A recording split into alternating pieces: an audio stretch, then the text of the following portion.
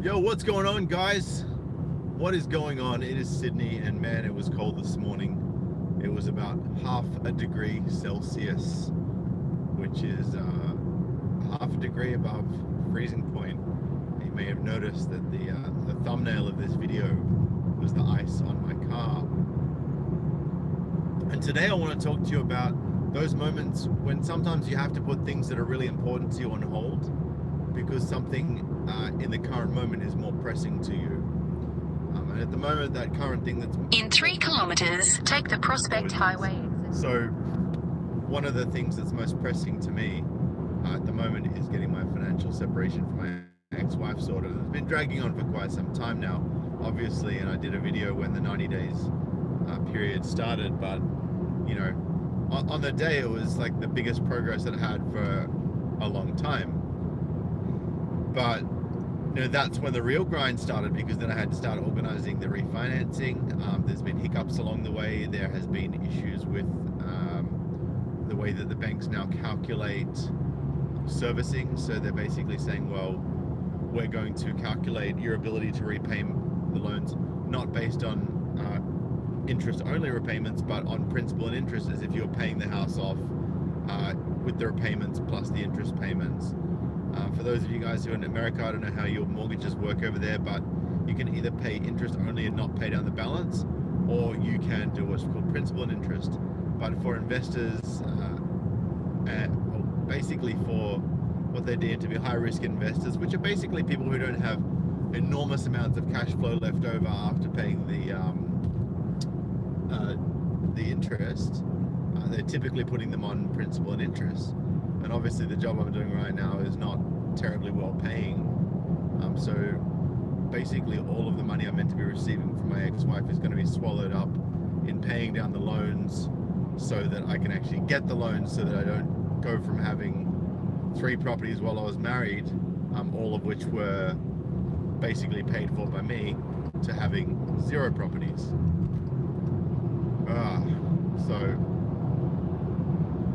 And look, at the moment I don't have a huge amount of equity in the investment properties. I mean, if I was to sell them, it'd probably cost me money out of my pocket to offload them.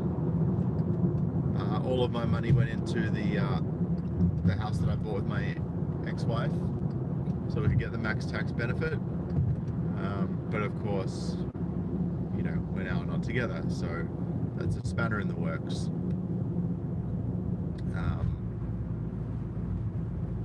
And obviously, you know, I don't want to go into details of the, you know, the finer financial details for obvious reasons. You know, I'm 38. I've worked hard for where I'm at, and I've taken a big hit as part of the separation to keep it amicable. But right now, like, it's like I can't focus on anything else but just working, just to keep those properties. And the reason why I want to keep them is because at the moment, even with the minimal equity, they are neutrally geared, so they're not costing me anything. So when I actually put the money that I should be getting from my ex-wife into them, they'll both be positively geared, self-supporting assets, which is the ideal situation for any man wanting to unplug from the blue pill matrix. But you know, there's a lot of things that I want to do. I want to go overseas. I want to, you know, follow some of my pursuits. I want to, you know, start writing more and start building my website. You know, the website's up at the moment, but it's basically just a thumbnail gallery for my YouTube videos, up until such time as I'm able to invest more time in it. And I can't. And if I leave my job now to go do something that I really love doing, then I won't be able to prove that I can service the loan, and therefore I'm basically, everything just falls and I'm left with nothing all over again, or very little compared to what I had.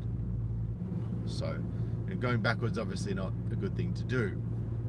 And if any of you have an investment property which is currently negatively geared, which means it's basically you're having to contribute money to it every month, I suggest you offload it. Start saving the money that you're putting into the interest repayments, and then when you have a sum of money garnered together, you can purchase a property with a larger deposit where you're going to get positive cash flow, then you can do that. Or you can invest it into a business. Or, you know, there's so many ways that you can utilize money in a smart way to create income for yourself. Right? And most of you would have heard of this delayed gratification. It's basically where you put off something that you want for now so that you can have what you want later. Delayed gratification, it's a wonderful thing. This is something that, you know, the youth of today are not really being taught. You know, they've got to get everything now. You know, you see so many people going out and blowing all their money on their credit card, and you're like, really? You really going to go out and blow all your money on all the available credit on your credit card? Did you really need that $3,000 bag? Did you really need to go on that $5,000, $10,000, $15,000 American European holiday? Did you really need to buy that car that needs $20,000 worth of work when you could be actually putting your money in something that's going to be a good investment for you? And these are the questions that you should be asking yourself when you're actually looking at money in your bank ready to go.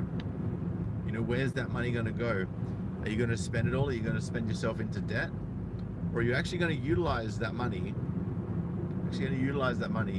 To create something for yourself, create a legacy of wealth and investment, where you've not only invested in, I mean, you're essentially investing in yourself, yes, but the way in which you're investing in yourself is by creating a financial future for yourself that is comfortable and not bleak. Right? And obviously there's reasons why you shouldn't get married that may possibly otherwise involve that financial future being pulled out from underneath you. Just saying. Charles says, to be prepared, Sydney, these lawyers are going to steal 30% of your wealth through letters going back and forth on the monthly lawyer's bill. Fortunately, Charlie was able to negotiate something very amicably with my ex and her family to a point where we're able to reach an agreement on a figure, and I actually drew up the agreement myself. I had the lawyer formalize it, and whenever there has been any sticking point, I've been sort of doing the liaison myself rather than asking for them to send letters back and forth. So my legal fees are at around about 10 grand right now. Yeah, 10 grand.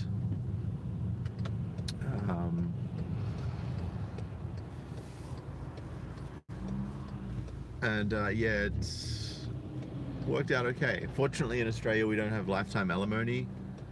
There is something called spousal support, whereby you may be required to pay support to maintain a lifestyle for up to 2 years. In this instance, there's no requirement for me to pay spousal support. I have no children, so there's no requirement for me to pay child support. On top of that, she earned more than me, so she wouldn't have been entitled to spousal support anyway. So, you know, that's all works out fine for me. Obviously, there's some people that are in a much more dire situation where they might be earning significantly more, or she's not working, or they've got kids. That's a really bad situation to be in the instance of a separation, especially if it's not amicable, and especially if the ex is vindictive.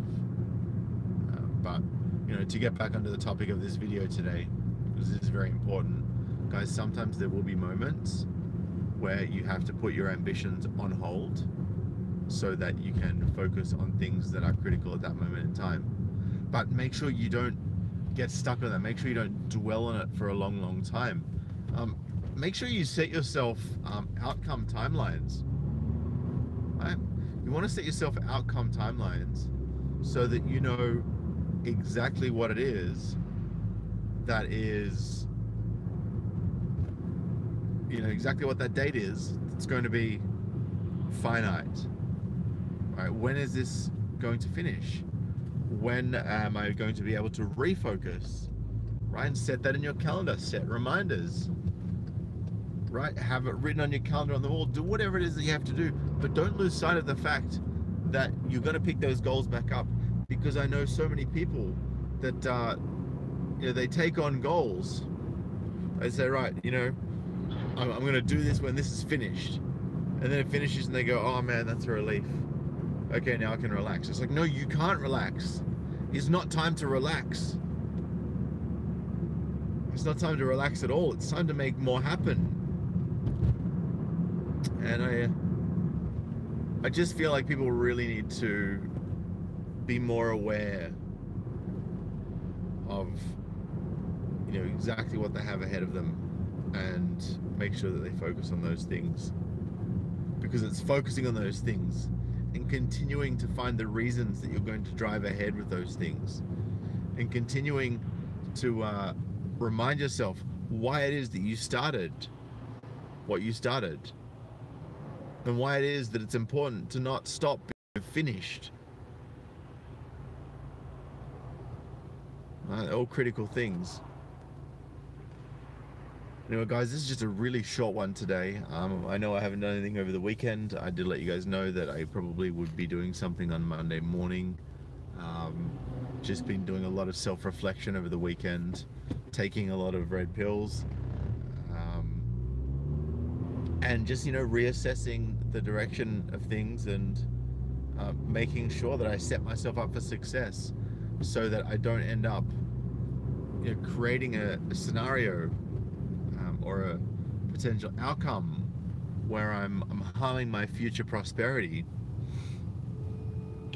So anyway, guys, I'm gonna bounce for now. Thank you so much for tuning in. I've got a couple of articles that I'm looking forward to reading to you. This is flat at the moment. I'm going to be charging this overnight, and giving you some of that juicy information that comes from the articles that I have all stocked up here. Here we go. I'm going to start now, popping on the charger as we speak. Anyway, guys, I'm out of here. Thank you for tuning in. Smash that thumbs up if you haven't already. If you haven't yet subscribed, hit the sub button below and the bell next to it. Make sure you get my daily notifications. All right, and if you're new to my channel, this is probably one of my my less enlightening videos, although it is equally important. So make sure that you check it out. Go and have a look at some of my videos with lots of views, particularly the Sydney man drought. That was an all-time favorite. People love that one. It's earlier in the piece. Pretty much going to scroll to the bottom of my video list for that one.